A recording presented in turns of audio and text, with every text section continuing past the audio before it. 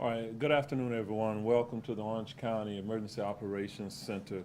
We have a lot of information to cover this afternoon since we didn't do a press event yesterday.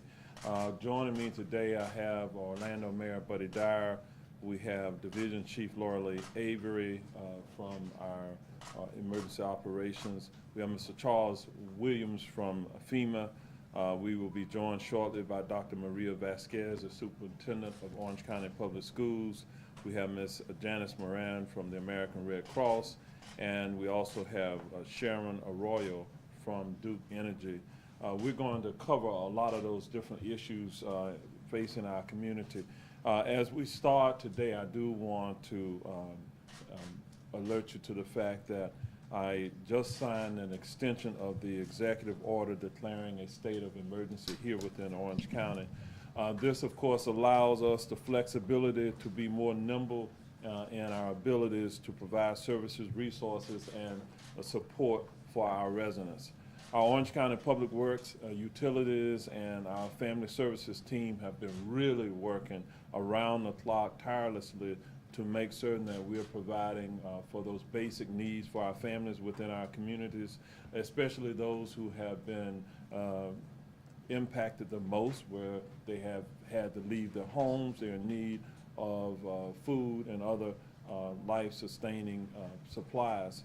I'm pleased to report the fire rescue teams have not reported any storm-related rescues in the past 2 days, and I view that as a bit of good news. Also, I'm relieved at this point to report that there were no deaths reported at this point in Orange County that are associated with the storm.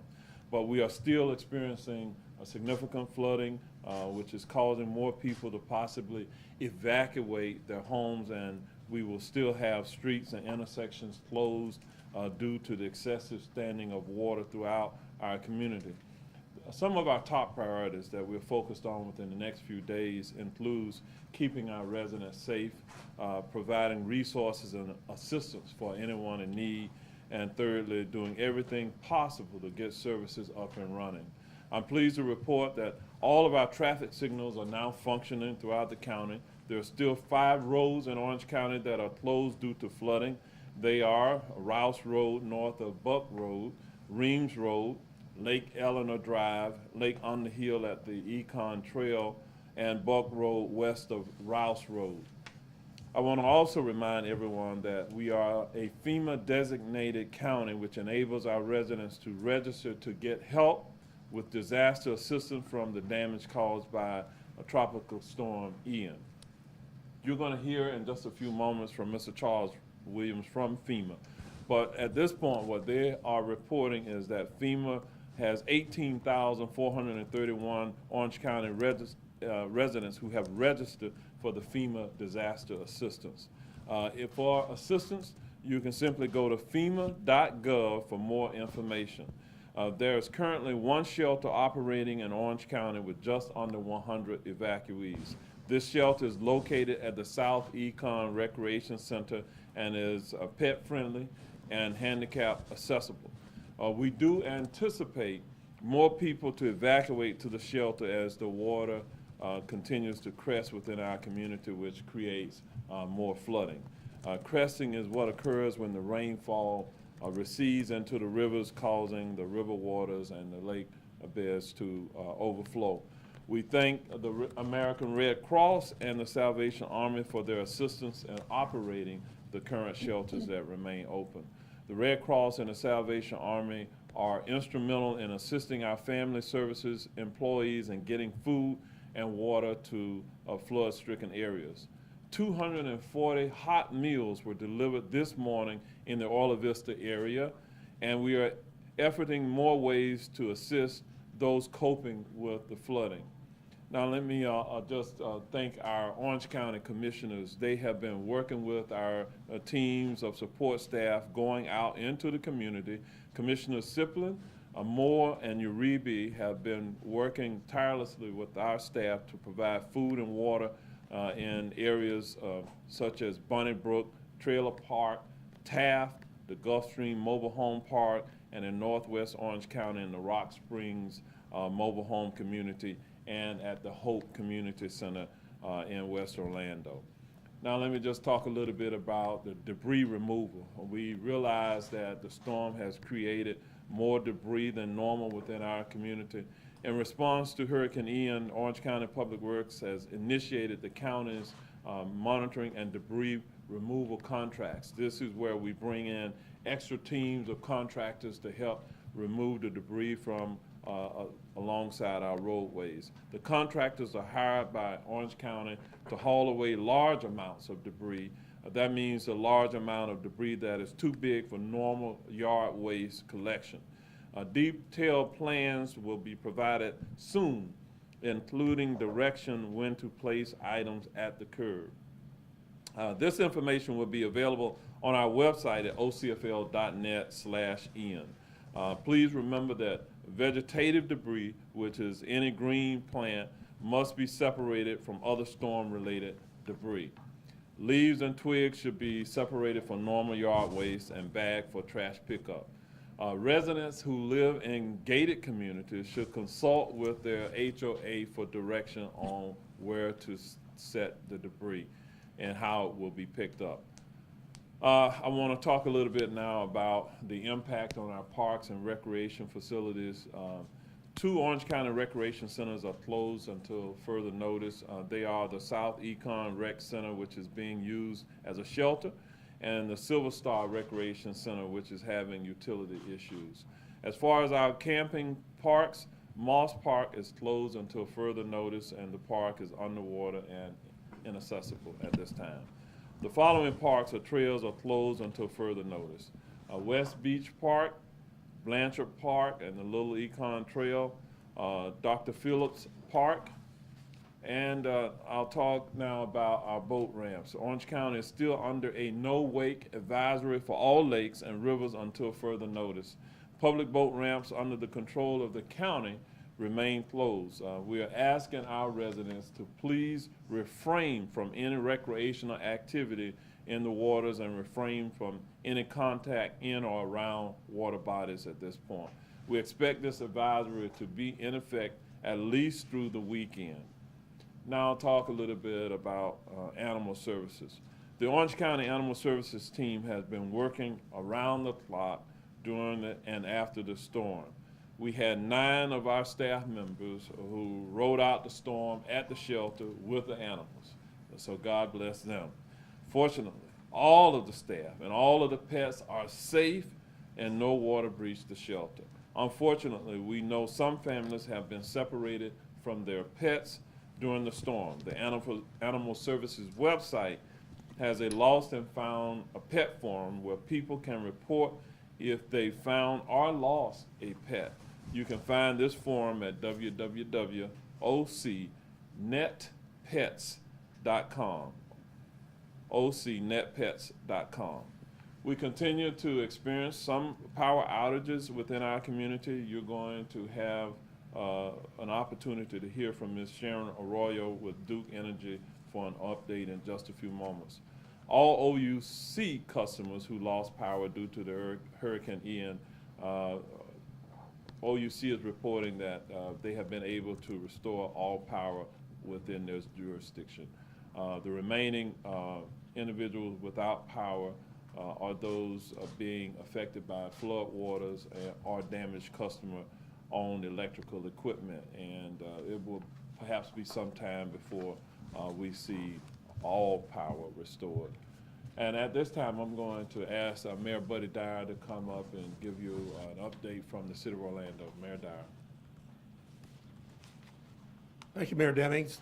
I want to start by thanking every person in our community that came together to help Orlando and Orange County respond to the storm. This includes our first responders, our government employees, our not-for-profit partners, and our residents who are out there helping their neighbors. The storm brought severe flooding to about a dozen of our residential neighborhoods like we've never witnessed in our lifetime, and it's created unprecedented impacts.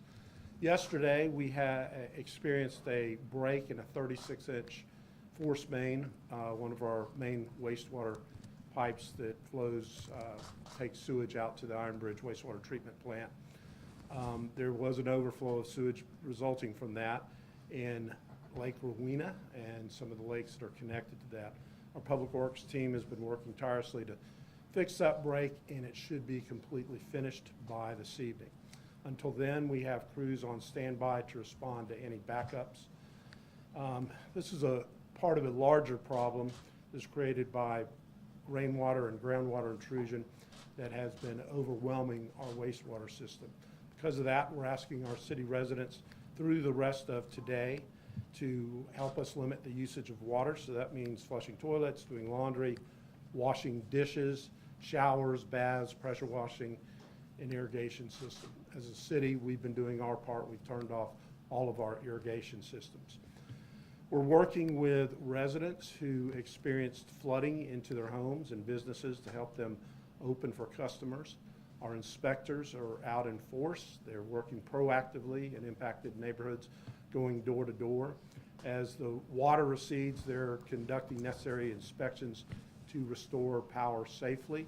Those would be the residents and customers that Mayor Demings mentioned that are still without power on the OUC system. The system is up, but there are individual customers that experienced flooding that it was not safe to restore power. We are waiving power restoration, inspection, and permitting fees for those who are impacted, and we are working directly with OUC to restore power as quickly as possible. If your home or building has been impacted, you could schedule an appointment by visiting orlando.gov/Ian Assistance to request that appointment. City crews have started residential debris collection. They'll soon be joined by contractors to aid in that process. It's going to take a little time, so we ask for your patience. But you can assist us by bagging and bundling debris, making sure that the debris is on the curb, not in the street, on the curb, not on the street, and separating yard waste from building materials. This storm has had devastating impacts on our community, and I want to remind everybody out there that you are not alone. Our community is here for you. We are resilient, and we will support each other through the rest of this recovery. Thank you. Superintendent Vasquez.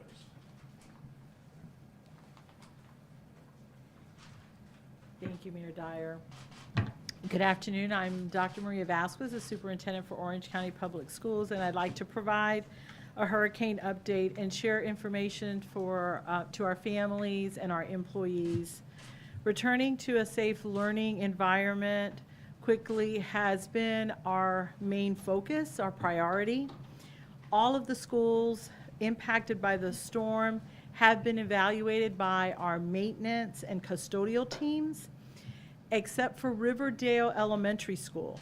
All of our K through 12 schools will reopen tomorrow, Tuesday, October 4th. They have been deemed safe to reopen.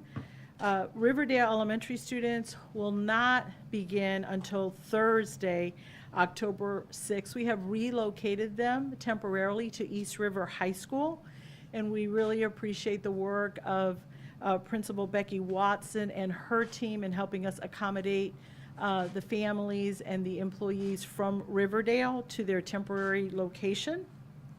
I had the opportunity today to visit Riverdale, and it's much improved from the pictures we saw earlier.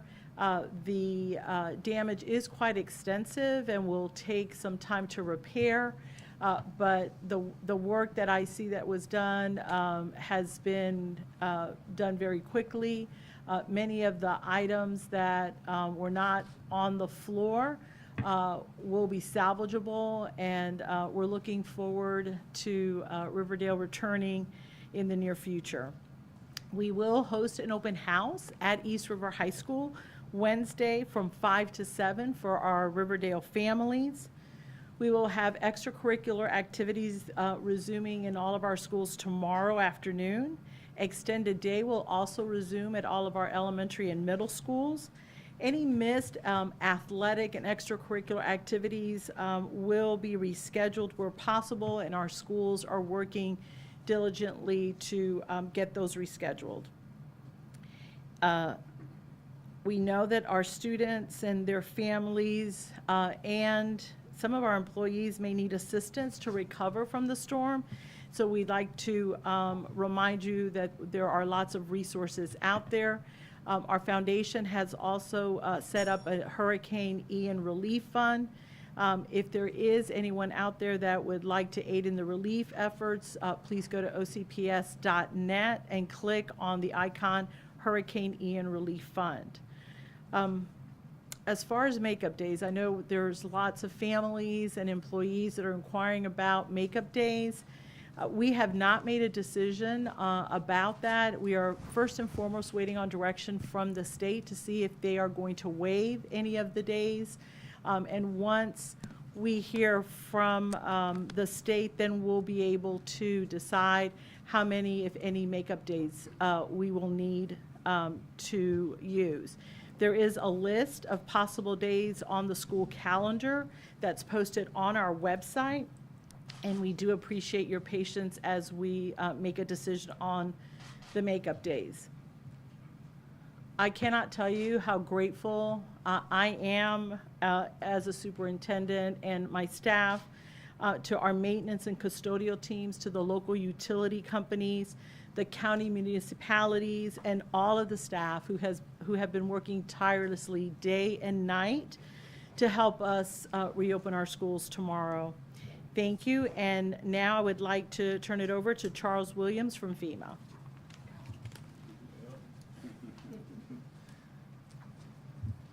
Good afternoon. I've been asked by the mayor to explain to you the process that you as survivors of the storm should go through.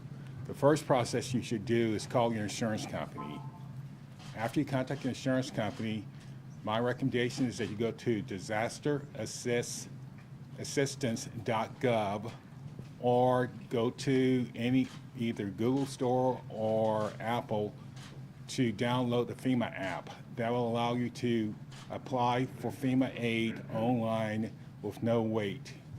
The third method is you can always dial a 1-800 number. It's 1-800-621-3362.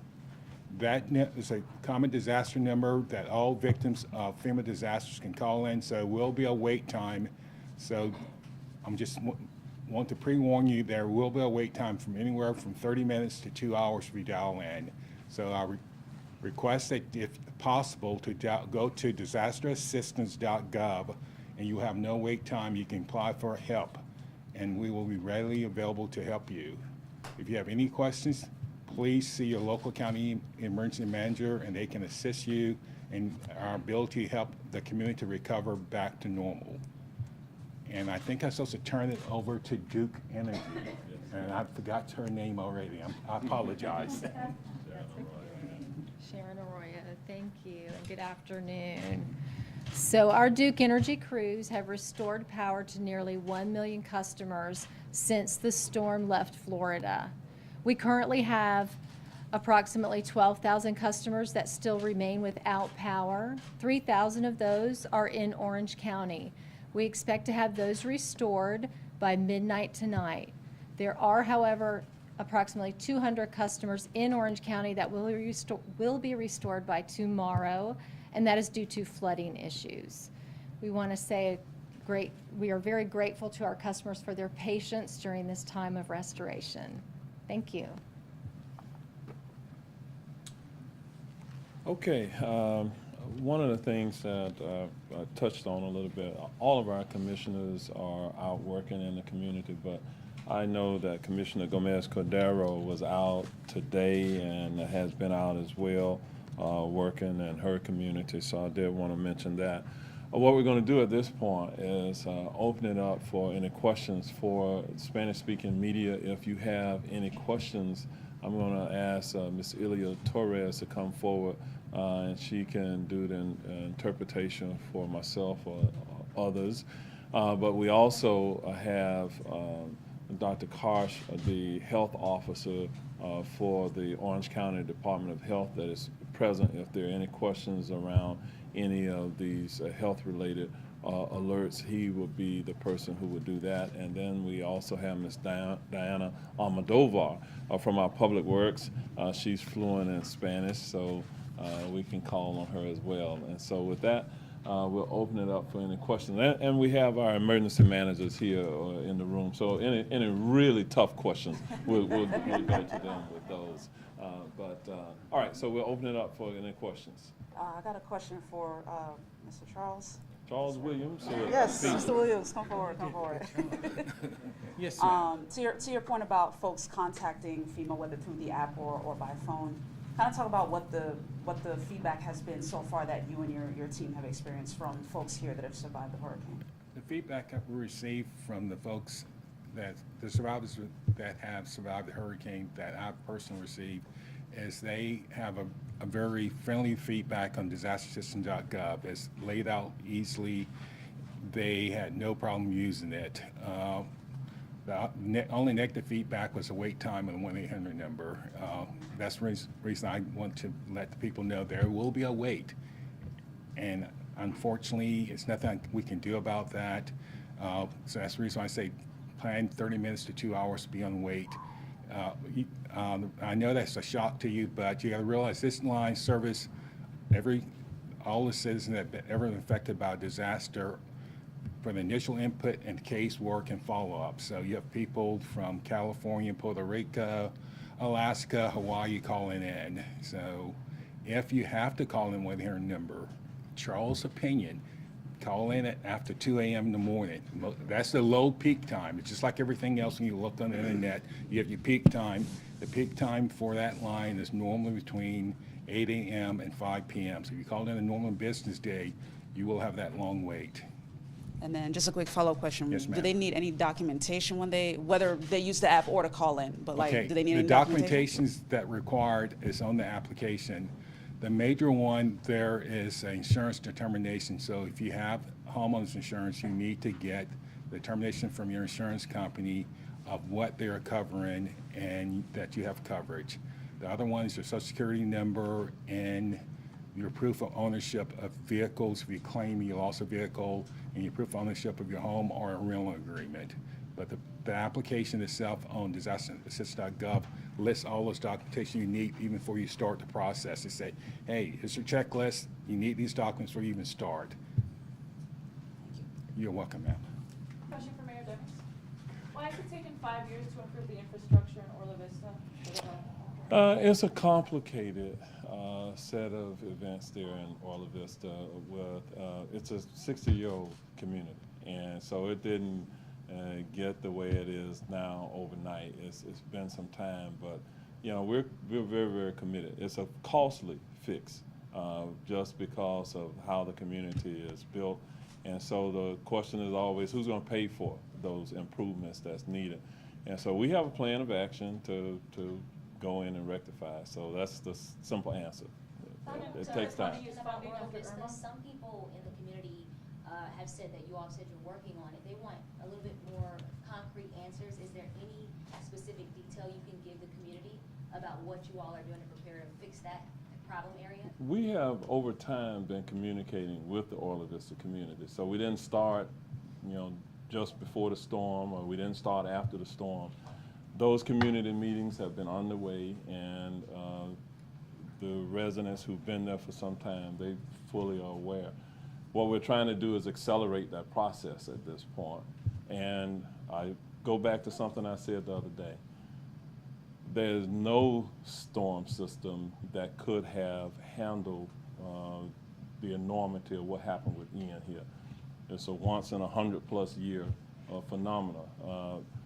The flooding that happened in Orla Vista is not necessarily unique to Orla Vista. We see it across the county. We see it across the entire state of Florida. And so it's not unique in that regard. What is perhaps more unique is that it was fairly recent since the last time that it flooded. But I would tell you that the flooding this time is worse than the last time, and the magnitude of it is something that has caused concern for all of us here in Orange County from a governmental perspective. And so just from the health, safety, and well-being of those residents, we made it a priority. And so while we're still yet responding to the effects of this hurricane, in order to expedite that, it requires a lot of deliberate planning to get the resources moving in there. And so the engineers and all of those who are the experts in that regard still have to meet and figure out how to expedite that. So it's just, that's the answer that I'm going to have to give you at this time. It's, okay. I'm sorry. All right. Vasquez, I have a question for you. For Dr. families who are Vasquez. in the flood-prone areas and they're worried about transportation to schools because their kids might have lost things, their cars might be damaged. Is the school helping in any way, and are you guys getting help from the Department of Education? So all of our bus drivers drove the routes the other day, and our managers drove again today, and all of our bus stops are safe. We are communicating with our parents to let them know to walk the area where the children would normally take the route, to ensure that there isn't any debris or any area, anything that would impede them from that. If any families are having any issues, we have given them contact information. Many of them are communicating with the principals or their teachers at their school. We've also said that if some of them have left, they're with family outside of Orange County, all of those will be excused absences, and we'll work with them to be able to make up the work. Question for Mayor Dyer. Yep. Do you have, with the sanitary sewer system currently backed up, do you have any ballpark estimate for how many residents might have experienced sewage overflow on their properties? I don't know. I do know that some have. It isn't a great number. The largest volumes of wastewater that has been expelled was actually at the wastewater treatment plants. You probably saw some video of the aeration tank overflowing. So, but there has been some overflows, and Lake Rowena has certainly been impacted, and it's connected to a couple other lakes. So would certainly be mindful and careful around there. And just a quick follow-up, for any community that kind of has that problem, is there any, we've heard from some folks who are concerned about like how long contamination might last. Like, is there any advice that anyone can provide to ensure that maybe the yard is safe, that that bacteria is cleared up? So we are cleaning up where we are having spills, is what I can tell you on that. Do you think the water system needs an overhaul? We do have Dr. Koch, who is here, who is the health officer assigned to Orange County by the State Department of Health. And why don't I have him kind of talk about some of the health-related aspects, Dr. Koch. Thanks, Mr. Mayor. Good afternoon. Floodwater safety in general. First, don't drive in flooded water, okay? Drowning is one of the leading causes of death after a storm. So if you encounter floodwater, don't drive through it, turn around, and don't drown. Floodwaters can be contaminated with bacteria and viruses, so avoid potentially contaminated floodwater, and consider all floodwater potentially contaminated. Avoid skin contact with floodwaters, especially if you have open cuts and wounds. Don't wade through standing water. If you do, wash your body and put on clean clothes. If you have an open cut or wound and it comes into contact with floodwater, wash the area well with soap and water. If the area develops redness, swelling, or drainage, seek immediate medical attention. Now, if you're the owner of a well or septic system and your well is covered by floodwater, it's possible that your well has become contaminated. Until the floodwater recedes and you're able to test your well, please avoid drinking, cooking, washing dishes, and making ice with this water. After the floodwater recedes, have your well water tested for bacterial contamination. If you need assistance with this, please contact the Florida Department of Health and Orange County Office of Environmental Health at 407-858-1497. Now, boil water notices can occur after a storm. Please check with your local utility to find out if you're under a boil water notice. If you are required to boil your water, bring your water to a rolling boil for at least 1 minute and then allow it to cool. You should also boil tap water, even if it has a filter. And again, the Florida Department of Health is always able to assist. If you need assistance, contact our Environmental Health Office at 407-858-1497. Thank you. Yes? I was gonna ask if there's any specific guidance you could provide for yards, like sewage, Yeah. runoff. So if your septic system is underwater, it's likely that it won't function properly. If your yard is flooded, minimize your water use to avoid having sewage back up into your home. If the ground is saturated with water, septic systems can't properly function. So after the floodwaters subside, wait a few days before returning to normal household water use to ensure that the system has had an opportunity to properly drain. If you notice that the system isn't functioning after this, contact a licensed septic tank contractor to evaluate it. Yes. Is the city's water infrastructure gonna need an overhaul considering the water usage notice and what happened?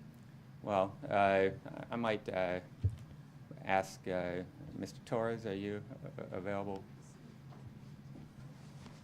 Can you specify, are you looking for city or county? City or county? City. Okay, And I'll take that. that's Yeah, not yeah. So what's the specific question? Is the city's water infrastructure gonna need an overhaul? after- The water system has not been impacted at all. It's the wastewater system. And right now, we have, at our 3 different wastewater treatment plants, we are operating at over 150% of the rated capacity. So under normal circumstances, it's a great system at 14 inches of water and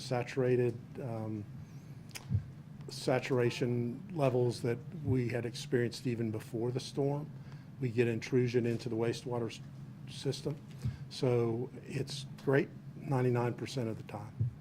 So you say it's gonna be fixed by tonight, but what about the homes that are being impacted? So what is the recommendation for them? They have to boil the water or?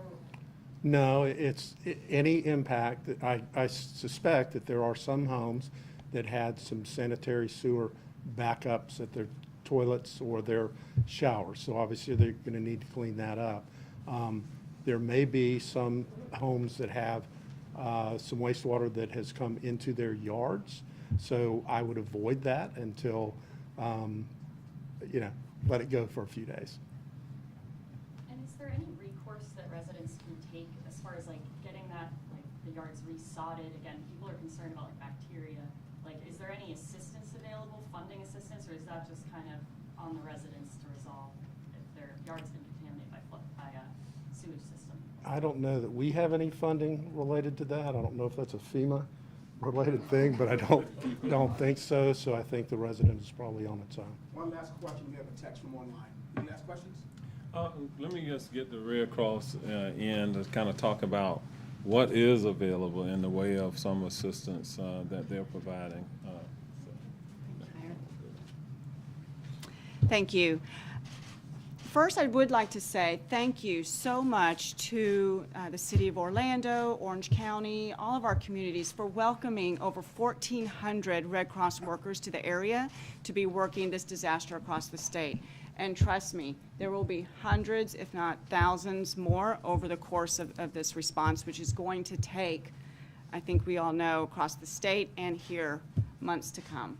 But I think here we're recovering pretty quickly, thanks to our great partners and utilities. What I would like to say is that we are here for you and we are here with you. Okay, to all of our communities.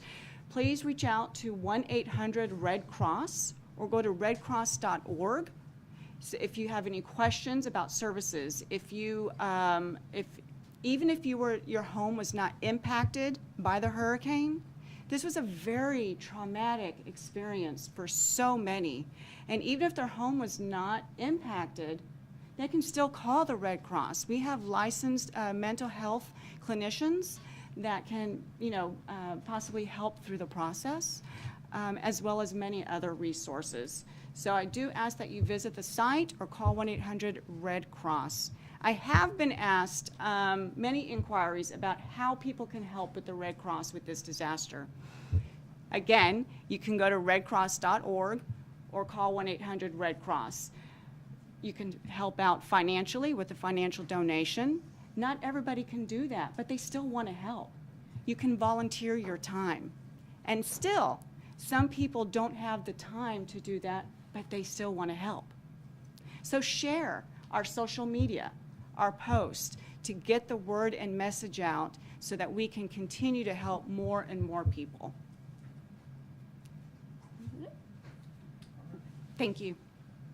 All right, if there are no other questions, thank you all. One written? Okay. All right. Geared towards utilities.